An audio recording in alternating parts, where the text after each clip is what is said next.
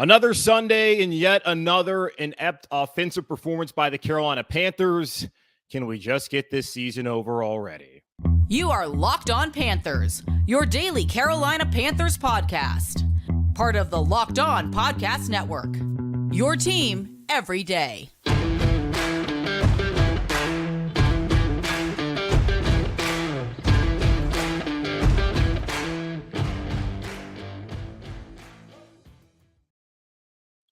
Welcome into another edition of the Locked On Panthers podcast, a part of the Locked On Podcast Network. I'm your host, as always, Julian Council, talking Carolina Panthers with you every Monday, Tuesday, Wednesday, Thursday, and Friday. And, of course, after every Carolina Panthers game, where I'm live right now on our Locked On Panthers YouTube channel. Had some issues earlier, hoping we don't have any technical issues moving forward on today's show, but make sure to watch our show and subscribe to our show over on our Locked On Panthers YouTube channel so that you never miss any of the live editions.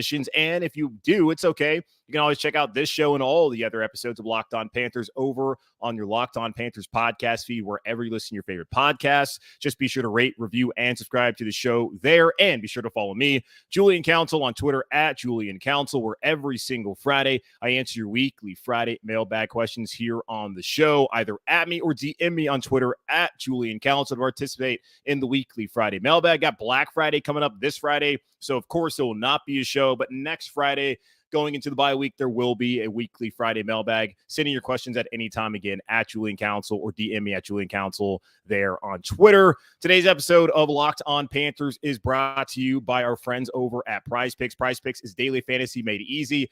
Pick 2 to 5 players, and they score more or less in their Prize Picks projection. You can win up to 10 times your money on your entry. First-time users can receive a 100% instant deposit match up to $100 with promo code Locked On. That's prizepicks.com, promo code Locked On.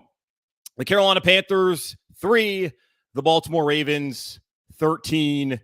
Yet another awful, horrid offensive performance by the men in black and blue. It was a great defensive performance, maybe the best they've had all season, against a Ravens team that came in as one of the best rushing teams in the NFL. And for the second week in a row, that defense went out there and answered the call. But yet again, this offense has displayed that they are one of the worst, if not the worst, in the NFL, and certainly the worst offense I recall of ever seeing throughout the 28 seasons of Carolina Panthers football. And the quarterback position we've known for a while is putrid. And we got yet another reminder on Sunday of just how bad it was by watching the performance of Baker Mayfield. And by no means am I going to sit here and blame what happened on Sunday afternoon all on Baker. Well, we can't run from it. We know what it is at this point in time. And Baker starting for the 6th time this season. In those 6 starts, Panthers are now 1-5. The offense has never looked like they've had a single bit of flow outside of, I guess, the second half in that loss to the Browns.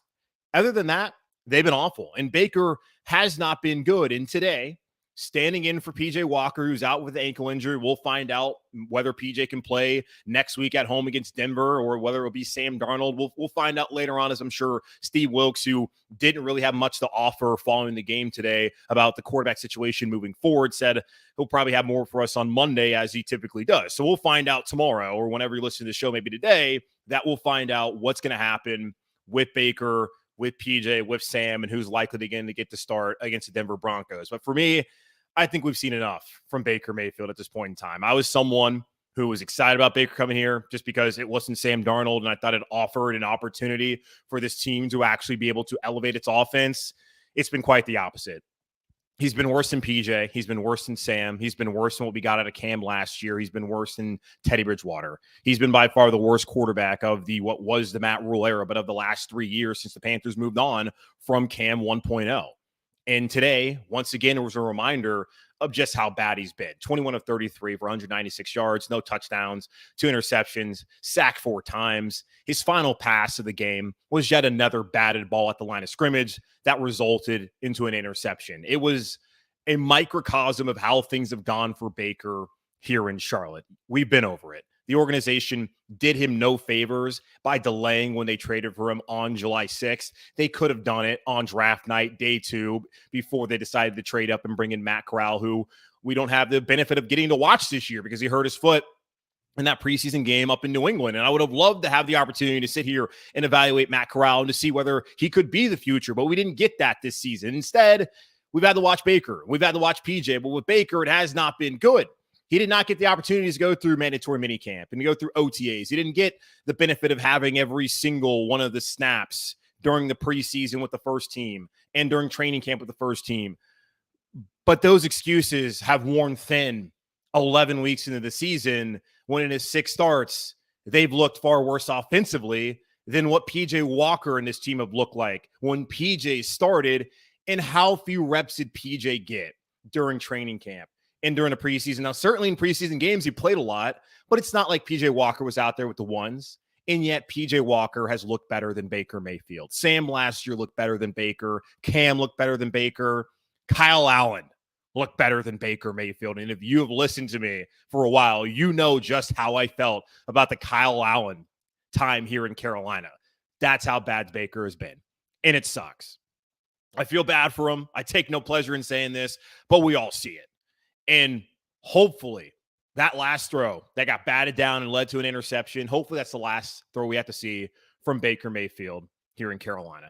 There's no benefit to their organization and really to the team to keep playing Baker. I understand this week with PJ having the ankle injury and Sam Darnold having just come off of IR, why Steve Wilks felt like Baker Mayfield gave them the best opportunity to go out there and win a tough road game in Baltimore. I totally understand that.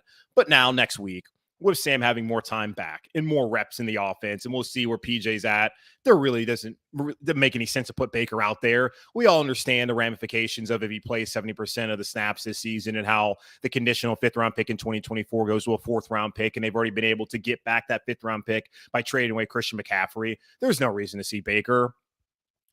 We already see, we know what he is at this point in time. He's not a good quarterback for this team.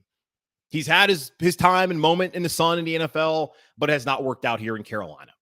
He's had possibly the worst quarterback performance of anyone we've seen. And we've sat here and watched Jimmy Clausen. We've seen Matt Moore. We've seen Chris Wenke. And Baker Mayfield is right there with those guys among the worst starting quarterbacks we've ever had in franchise history. And that is saying something, especially for somebody who was never this bad in Cleveland. So I don't know what happened. Is it him? Is it Ben McAdoo? Was it the offensive line today?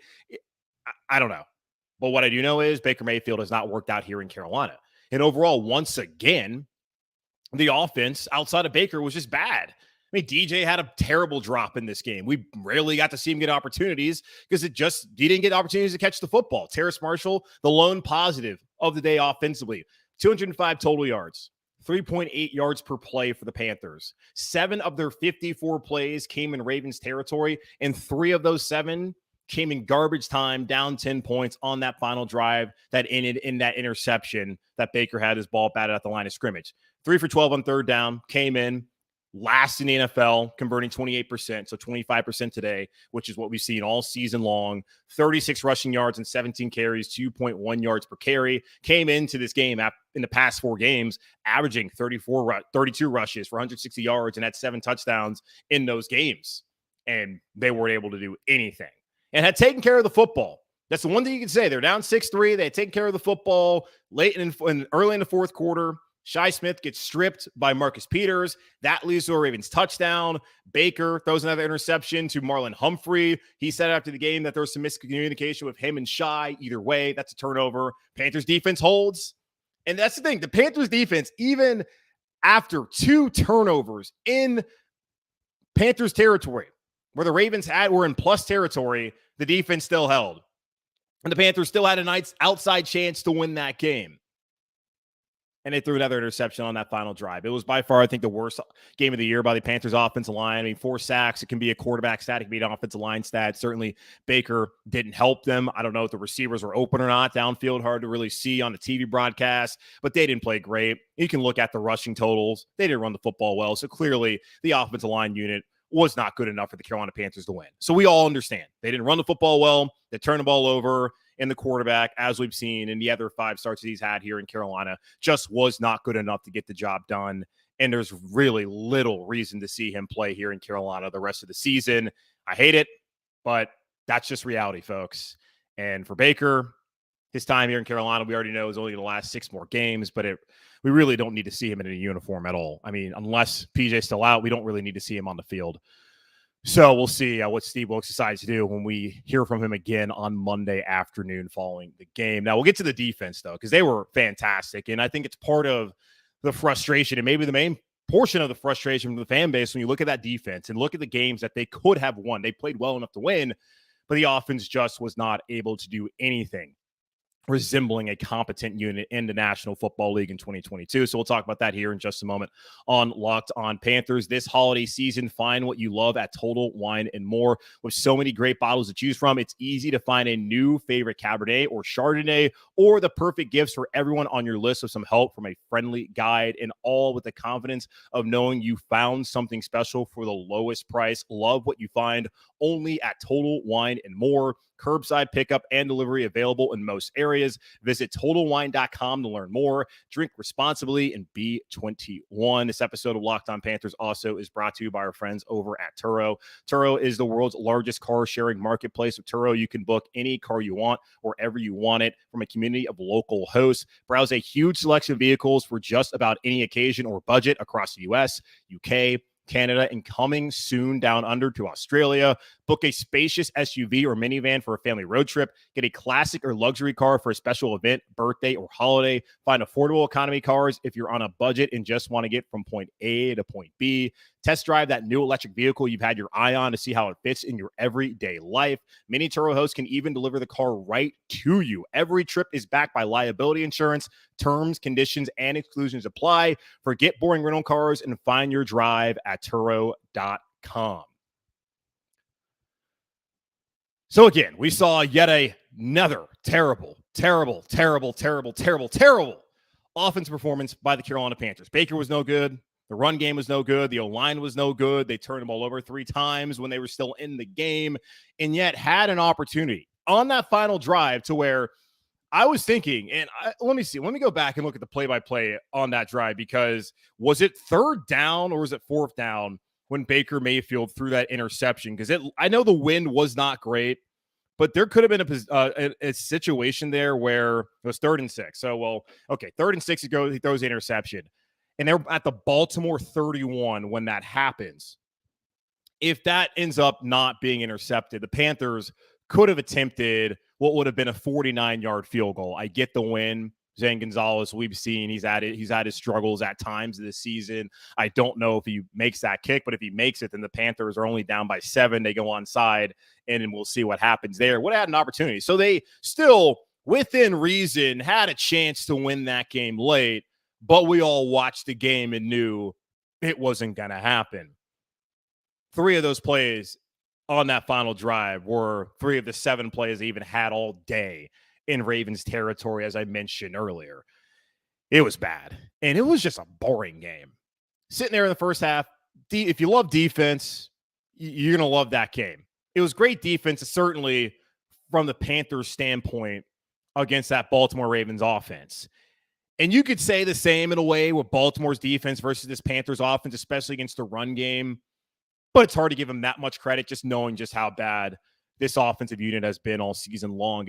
And one other thing before we really get into the defense, I was just kind of confused by. You got talked about how I understood why Steve Wilks decided, all right, Baker, you're going to be my guy with PJ out this week, and Sam, it's too soon to bring him back. But Steve did open the door to Sam Darnold getting in some work at some point this week.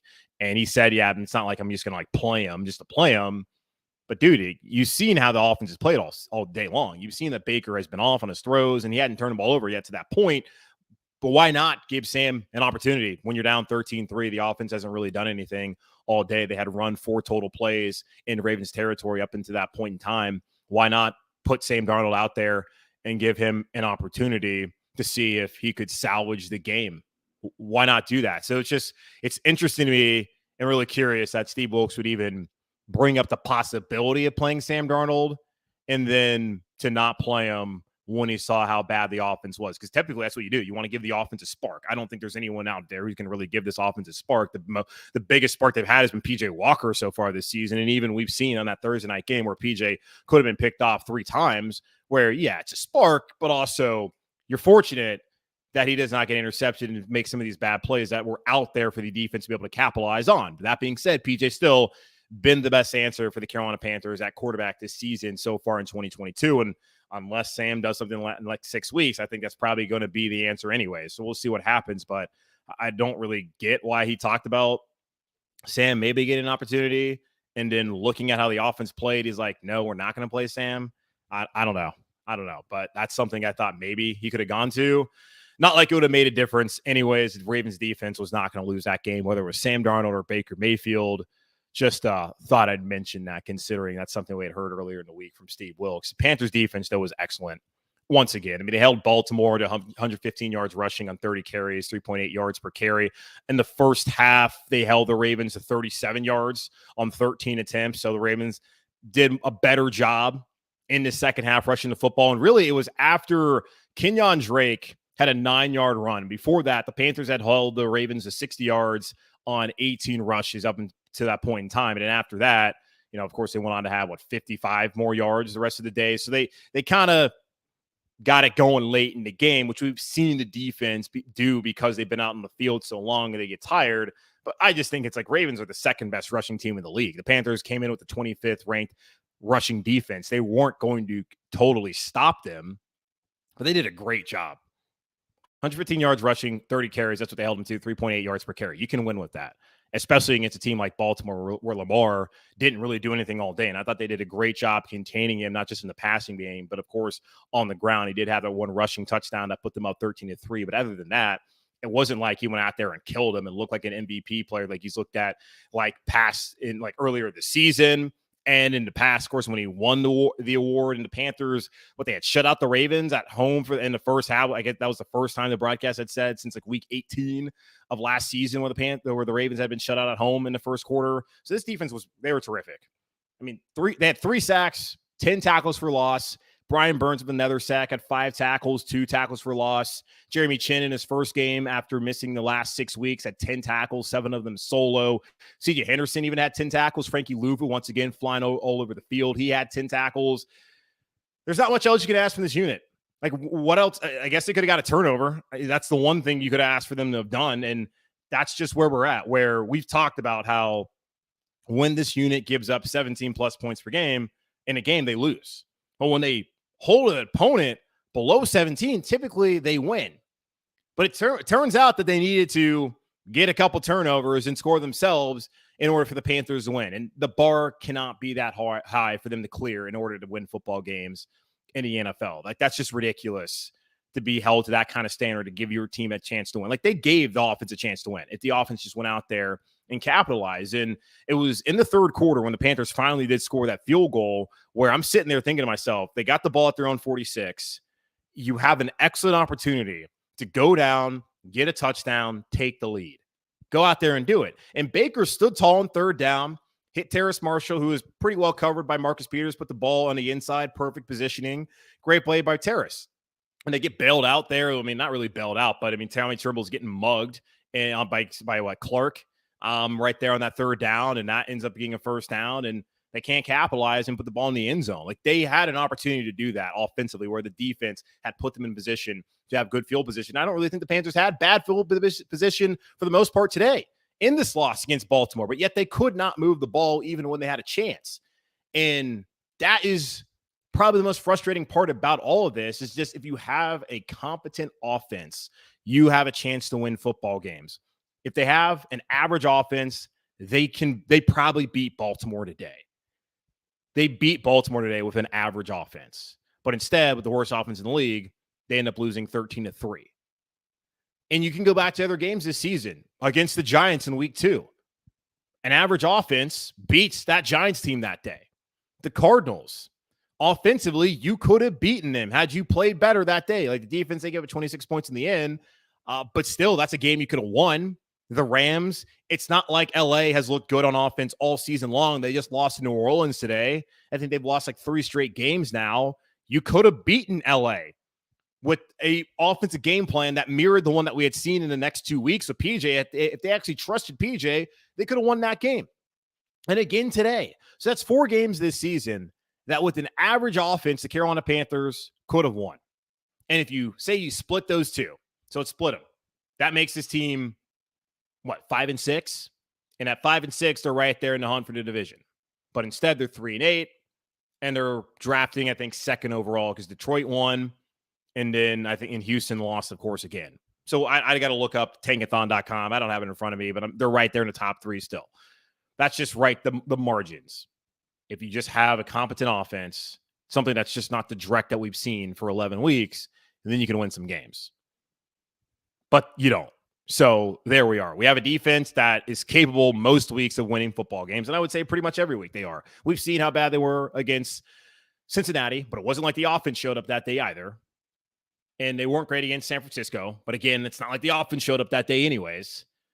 They've been good enough for the most part all season long, and even dating back to last year before all the injuries hit. And the injuries have hit once again. And yet, without Dante Jackson and without Miles Hartsfield and without Matt Ioannidis, like they still had JC back. They had JC still out there to play, and he was kind of questionable. He was questionable, rather. And they got Jeremy Chin back, and Brian Burns is healthy, and they have Derek Brown, but still missing some key pieces. They were out there, and they were still able to go out and have a great performance. But it wasn't enough because the offense cannot move the football. I'm over it. I know we're all over it. 6 more games, 7 more weeks. Let's just get it over already, man. I mean, I try to enjoy watching defense, but you look at it, it's difficult to even enjoy because you know that it's going to amount to nothing because the offense can't do anything at all. All right, let's take another quick pause here on the show and come up and wrap things up as we figure out who's going to start next week and look ahead to the Denver Broncos. That should be yet another fun offensive game because Russell and Denver stink, and we already know what we got here in Carolina. We'll talk about that here in just a moment on Locked On Panthers. Today's episode of Locked On Panthers is brought to you by our friends over at Prize Picks. So how does Prize Picks work? If you pick 2 to 5 players and they score more or less than their Prize Picks projection, you can win up to 10 times your money on any entry. No competing against other people. It's just you versus the projections available. Prize Picks offers projections on any sport that you can watch. This includes, of course, the NFL, the NBA, Major League Baseball whenever it comes back, the NHL, the PGA Tour, college football, men's and women's college basketball, soccer. The World Cup has kicked off in Qatar. U.S. men's national team playing against Wales, 2 o'clock Eastern time on Monday. Of course, NASCAR, tennis, boxing, cricket, and so much more. Entries can be made in 60 seconds or less. It's that easy, safe, and fast. Withdrawals currently operational in over 30 states and Canada. Download the Prize Picks app or go to prizepicks.com to sign up and play daily fantasy sports today. First-time users, can receive a 100% instant deposit match with the $100 of promo code Locked On. So this is how it works. If you deposit $100, Prize Picks will give you $100. If you deposit $50, Prize Picks will give you $50. If you deposit $1, they'll give you $1. Don't forget to enter promo code Locked On at sign up for an instant deposit match up to $100 when you download the Prize Picks app or go to prizepicks.com today. Okay, let's look at this chat since we are live. Let's see. I hate it for this defense and Shi Smith. Just why? Why is he even on the field? Yeah, Shi, and that's the one thing. When I was thinking about that drive of the Panthers started at the 46, their own 46, and it's like, hey, this is the time. Go out there early in the third quarter, go score a touchdown. Your defense is playing their ass off. This is the time to pick them up. Go out there and do that. And Shi Smith, what are you doing on the punt return there? Steve Wilks asked about it a couple weeks ago, and Shi Smith had some costly plays. I don't think actually they cost him. They had some plays that were very shaky, and he said, I don't really see any reason not to have Shi back there. Okay, whatever. But yeah, Shi getting stripped there. He played well in the preseason, earned the number 3 job, and has not played well enough. And that's why the Panthers need to be out in the market looking for a wide receiver. And we got another guy here on the chat talking about keep calling those screens for Laviska Shenault. Shenault had that long touchdown run or catch and run against the Saints. It was comical defending, shambolic defending by the Saints. Not really Shenault. It's not like he's a shifty guy, and we've seen that. Because outside of that, and then the one against Atlanta, where I think they really slipped and got hit by the turf monster and the hurricane, and that was also poor defending. It's not like Shenault has gone out there and just been like, oh, yeah, I'm going to shake you guys and make men miss. Like it's not like he's doing that. It's just the defense tripping over their own 2 feet. So I really don't see the value in what those plays really have come up with, but I guess they scored twice on them. So maybe there's that. But if you're really watching it, it's like, okay, we can kind of look back at the tape and see that, yeah, what the hell were the Saints doing? And also the Falcons, like they're terrible defensively. So sure. But I don't know. That's basically what they got to go to as far as play calls with Laviska. They got to find somebody else who can help them out. Yeah, Baker and receivers are never on the same page. They certainly weren't today, and he brought that up with that interception. Chuba looks like he's scared when someone throws him the ball. He just can't catch, man. Just can't catch. Don't know what the deal is there. Ben McAdoo stinks too. He has not been great. How did Cleveland hide all his flaws? Well, they had a great running game. We talked about this on the mailbag about when he was with Stefanski, especially back in the pandemic season in 2020. You had a great run game with Nick Chubb, who we know is excellent, and also with Kareem Hunt. And when you're able to work off of that, you can do play action. They ran the most play action in the NFL when he was there, and we just have not seen that here. They've been more of an RPO system in McAdoo's offense. And, of course, we know back when Rule was here, they talked about how they wanted to air the puppy out, which was absurd, especially considering that they had brought in Bozeman and had brought in Deontay Foreman, and they had talked about being a down and rushing attack in the offseason, and they get to the season, a quarterback who they barely had and who had barely gotten enough reps to be even asked to do those certain things. That's what they want him to do. So I don't know. They haven't helped him. He also hasn't shown the ability to make those plays anyways. Yeah. And someone else says Baker thinks his confidence is broken. And Baker, when I was reading from a lot of the reporters up there in Cleveland, they were saying, when he's confident, he can be a good player. But when his confidence is broken, he is just a shell of himself. And I don't think we've had a confident Baker Mayfield at any point in time at all this season.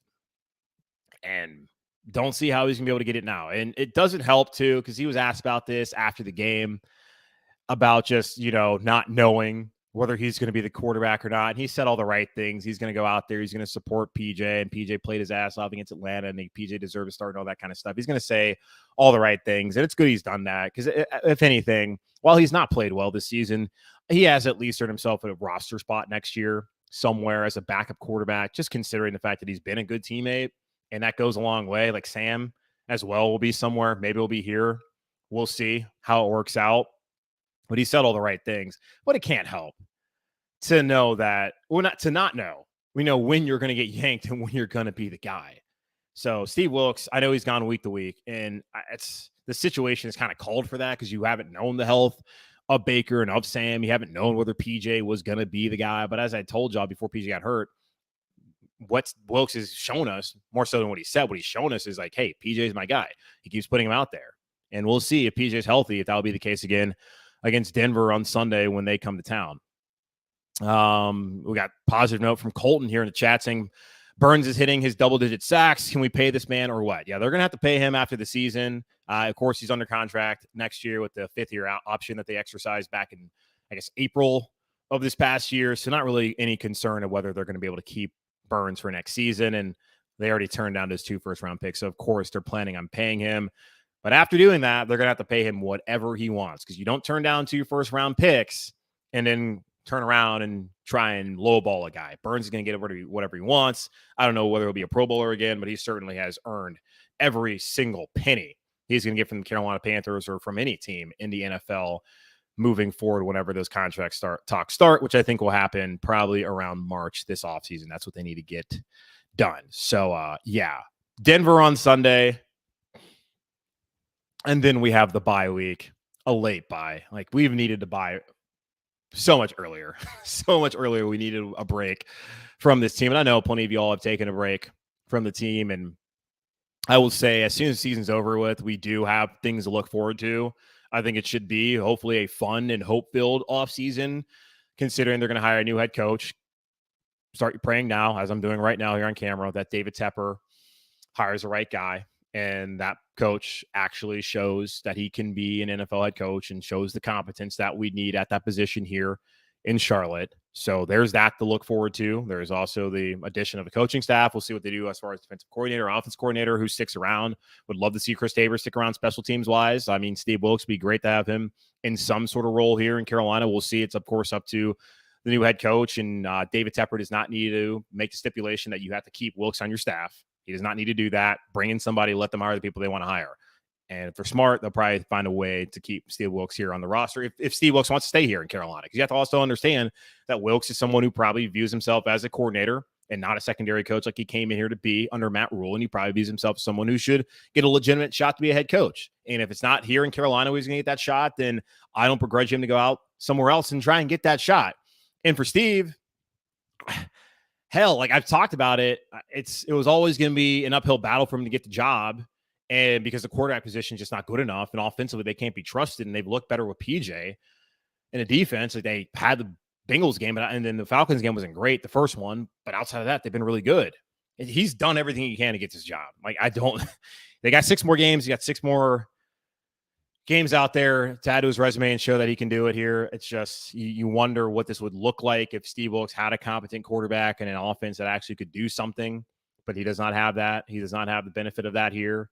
He's not a bad coach. You think he can be a good coach? You can have, if given the opportunity in the right situation. Now, was not in a good situation in Arizona. Certainly did not inherit a good situation as the Dallas Cowboys just went up 19-3 on Minnesota. I don't know. And I saw someone out there tweeting like, "Hey, like, can we start the Steve Wilks for Panthers head coach like kind of discussions?" Like, well, they're losing right now. So I don't really know how you can do that, because wins and losses is really what it's going to matter in the end. And that's what David Tepper's looking at, unfortunately. So, yeah, it sucks for Steve Wilks. But we'll see what he says on Monday about the quarterback position. He did say after the game that not much you can really say. And it's one of those things where he probably wants to go look at the tape, see really how much of it was on Baker, what was on the receivers, what was on the O-line, the rest of that. And also what the status is for PJ, because until he really knows where PJ's at, he's not going to really know. And then we'll see what he thinks about Sam. And I don't know, because the audio when I was watching the press conference was so bad. So I wasn't not sure if anyone asked about Sam Darnold, but I'm hoping that someone can ask him about Sam on that Monday day after press conference and say like, hey, is like he actually a real option this week? Or are you going to give us the runaround again? I don't know. Like, what do you want to do? So we're here about that. And we'll prepare against a Broncos team that has a good defense. They did trade away Bradley Chubb, but a good defense in an offense that has not been good. So it should be yet another fun game to watch next Sunday here in Carolina as the Panthers welcome in the Denver Broncos. I guess it's a 1:00 game. I hope it is, because let's get it over with.